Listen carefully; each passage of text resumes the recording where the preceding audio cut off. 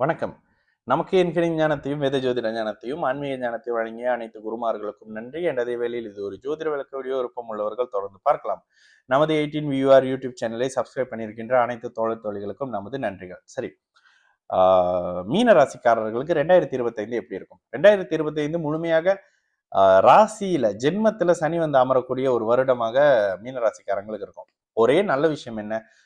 3ல் மறைஞ்சிருந்த குரு 4க்கு போறாரு. மறுபடியும் இடமாற்றம் தான். வேற என்ன வரப்போகுது? 8-12ஆம் அமைப்பு சுப அமைப்புல நான் வேலை தேடி போறேன், அங்க போறேன், அங்க போறேன் அப்படின்னு யாரை நம்பி போகக்கூடாதோ, யாரோட போனா மன அழுத்தம் வருமோ அவரை நம்பி போகக்கூடிய சில அமைப்பு இளைய பருவத்தினருக்கு வந்துடும். சரிங்களா?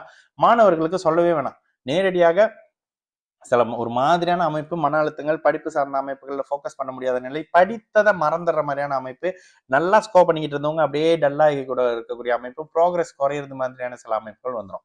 காதலர்கள் அமைப்புகள் இங்க 7ஆம் பாவகத்தை நேரடியாக இளைய பருவத்தினருக்கு 7ஆம் பாவகத்தோடு நேரடியாக சனி தொடர்புல இருக்கிறது கொஞ்சம் சரியில்லாத அமைப்பு தாங்க. 7 சனி அஷ்டம சனி எல்லாம் அப்படி பெரிய நல்ல அமைப்புகள் சொல்ல முடியாது. சந்திரன் ஒளி குறைந்த அமைப்புகள்ல பிறந்தவர்களுக்கு. சரிங்களா? 12ஆம் இடத்துல இருக்கக்கூடிய ராகுவை குரு பார்ப்பது மேன்மைங்க. அப்ப இடமாற்றம் வரப்போகுது. இடமாற்றத்தினால ஒரு வேலை தொழில் அப்படின்ற மாதிரியான சில அமைப்பு இருக்கும். படிப்புக்காக இடமாற்றம் இருக்கிறது மிகப்பெரிய மேன்மை கொடுக்கும். ஏன்னா 4ஆம் இடத்து குரு படிப்பை கொடுப்பார், படிப்பை மேன்மைப்படுத்துவார். ஒரு மாதிரியான படிப்பு சார்ந்த அமைப்புகள்ல இடமாற்றம் வர்றவர்களுக்கு ஐயோ குடும்பத்தை விட்டு தள்ளி போறோமேன்ற கவலை இருக்கும். இதனை தவிர்த்த பெரிய இது இருக்காதுங்க மாணவர்களுக்கு. ஆனா இளைய பருவத்தினருக்கு தான் இந்த வேலை செய்யலாமா, அந்த வேலை செய்யலாமா, இங்க கொஞ்சம் ப்ரெஷரா இருக்கு, இதை தூக்கி போட்டு அங்க போலாமா, இங்க போலான்ற மாதிரியான நிலைத்தன்மையான ஒரு முடிவு எடுக்க முடியாத ஒரு நிலையாக இருக்கும். வேலை தொழில் இடங்கள்ல மன அழுத்தங்கள் சற்று அதிகமாக இருக்கும். நீங்கள் எதனை விரும்புகிறீர்களோ அது மட்டும் உங்க கைக்கு வராதுங்க. நான் அடிக்கடி சொல்ற மாதிரி 7 சனி அஷ்டம சனி உங்களுடைய மனதில் எது உங்களுக்கு விருப்பமான பொருளோ அதனை குறிப்பாத்து அடிச்சு அதை அடிக்கும் பொழுது நீங்களும் சேர்ந்து சுருண்டு விழுந்துடுற அந்த மாதிரியான சில தாங்க முடியாத மன அழுத்தங்களை கொடுப்பாரு. இதெல்லாம் 40 வயது கீழ்பட்டவர்களுக்கு. 40 வயதுக்கு மேற்பட்டவர்களுக்கு குழந்தைகளை பற்றியான சில கவலைகளும், வியாபாரத்தை பத்தி ஐயோ தப்பா இறங்கிட்டுமோ, ஐயோ தப்பா இறங்கிட்டுமோன்ற மாதிரி ஒரு பதட்டம் மாதிரியான சில அமைப்புகளை கொடுப்பாரு. ஆனாலும் எல்லாம் கட்டுக்குள்ள இருக்குங்க.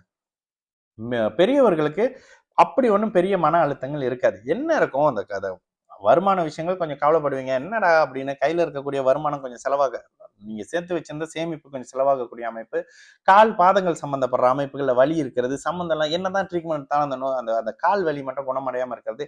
இந்த மாதிரி அமைப்புகள் இருக்கிறவங்களுக்கு மட்டும் பரிகாரமா நான் ஒண்ணு சொல்வேன். டெய்லி ஒரு 1/2 மணி நேரம் நல்லா வேர்க்கிற மாதிரி நடங்க. இதுதாங்க சனிக்கு பரிகாரம். இந்த அமைப்புகள்ல உங்க உடல்ல இருந்து உப்பு தண்ணீர் வெளியே வரும்போது சனி கெடுதல்களை குறைச்சுக்குவாரு. ஏன்னா அழுகும் போதும் உப்பு தண்ணி தானே வருது. இந்த அமைப்புகள்ல பிராக்டிக்கலா சில அமைப்புகளை செய்யுங்க. இறை வழிபாடு செய்யுங்க. அதெல்லாம் உங்களோட நம்பிக்கை. ஆனா கடவுள் விதிக்கு உட்பட்டவர் அப்படின்றத தெரிஞ்சுக்கிட்டே செய்யுங்க. சரிங்களா? இந்த அமைப்புகள்ல பெரியவர்களுக்கு கால் பாதம் இது மாதிரியான அமைப்புகளும் நைட்டு தூங்க முடியாத மாதிரி சில நைட்டு தூங்க முடியாதுங்க. என்னதான் ஒண்ணு படுத்தாலும் காலைல 6:30-7 மணிக்கு தான் தூக்கமே வரும். இது மாதிரியான சில அமைப்புகள் இருக்கும். இதனை தவிர்த்து பெரிய அளவுக்கான அழுத்தங்கள் பெரியவர்களுக்கு இருக்காது. சரி, இப்ப அப்படியே இளைய பருவத்தினர் வரும். இளைய பருவத்தினர் 7 அஷ்டம சனி டார்கெட் பண்றதே 25 வயசுல இருந்து 20 வயதுல இருந்து 35-38 வயசு வரைக்கும் தாங்க. நீங்க தான் முதல் சுற்றுல இருக்கக்கூடிய ஜென்ம சனியை அனுபவிக்கக்கூடியவர். அப்ப என்ன நடக்கும்? கடுமையான மன அழுத்தங்கள் வேலை, தொழில், பொருளாதாரம், காதல், லாபம் இதுல எல்லாத்துலயும் இருக்க போகுது. நண்பர்கள் வழியில ஏமாற்று இது மாதிரியான விஷயங்கள் இருக்கும். தயவு செய்து மிகப்பெரிய அளவுல யாரையும் நம்ப வேணாம். நம்பிக்கை தானங்க அங்க துரோகமா மாறுறது. நீங்க வேற ரொம்ப சாஃப்டான ஹார்ட் உள்ளவர். எதுனால?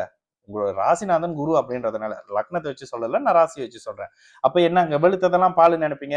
இவர் பின்னாடி போவோம், அவர் பின்னாடி போவோம், நண்பர் வேணும், அவர் வேணும்னுவீங்க. அவர் உங்களை ஒரு ஆப்ஷனா தான் வச்சிருப்பாரு. இது மாதிரியான நிதர்சனங்கள் உங்களுக்கு புரியக்கூடிய ஒரு அமைப்பு அப்படின்ற மாதிரி இருக்கும். எந்த இடத்துலயும் அகல கால் வைக்க வேணாம், புதிய தொழில் தொடக்கங்கள் செய்ய வேணாம். திருமணம் பண்ணலாமா? தசாபுத்தி 6-8 இல்லாத அமைப்புல தாராளமா திருமணம் பண்ணிக்கோங்க. 7 சனி எல்லாம் திருமணம் பண்ணக்கூடாதுனாக்கா 25 வயசுல வரும்போது 32 வயசுல தான் ஒருத்தர் கல்யாணம் பண்ணுவாரு. அந்த அமைப்புகள் இல்ல. தசாபுத்தி உங்களுக்கு 6-8ஆம் அமைப்புகள்ல இல்ல அப்படின்னா தாராளமாக கல்யாணம் பண்ணிக்கங்க. குருதசை சுக்கர புத்தி இல்ல, சுக்கரதசை குரு புத்தி இல்லைன்னா கல்யாணம் பண்ணிக்கங்க. சஷ்டாஷ்டக தசாபுத்தி இல்ல, இப்படிதாங்க நான் பொருத்தம் பாக்குறேன். இந்த 10 பொருத்தம்ன்ற முட்டாள்தனத்தை பார்க்காம இந்த மாதிரியான அமைப்புகள்ல தான் பொருத்தத்தை பார்த்து கொடுக்குறேன். இந்த அமைப்புகள் இல்லாத பட்சத்துல நீங்கள் பிரிவுகள் இருக்கும். வேலை தொழில் அமைப்புகளாக பிரிவீங்க.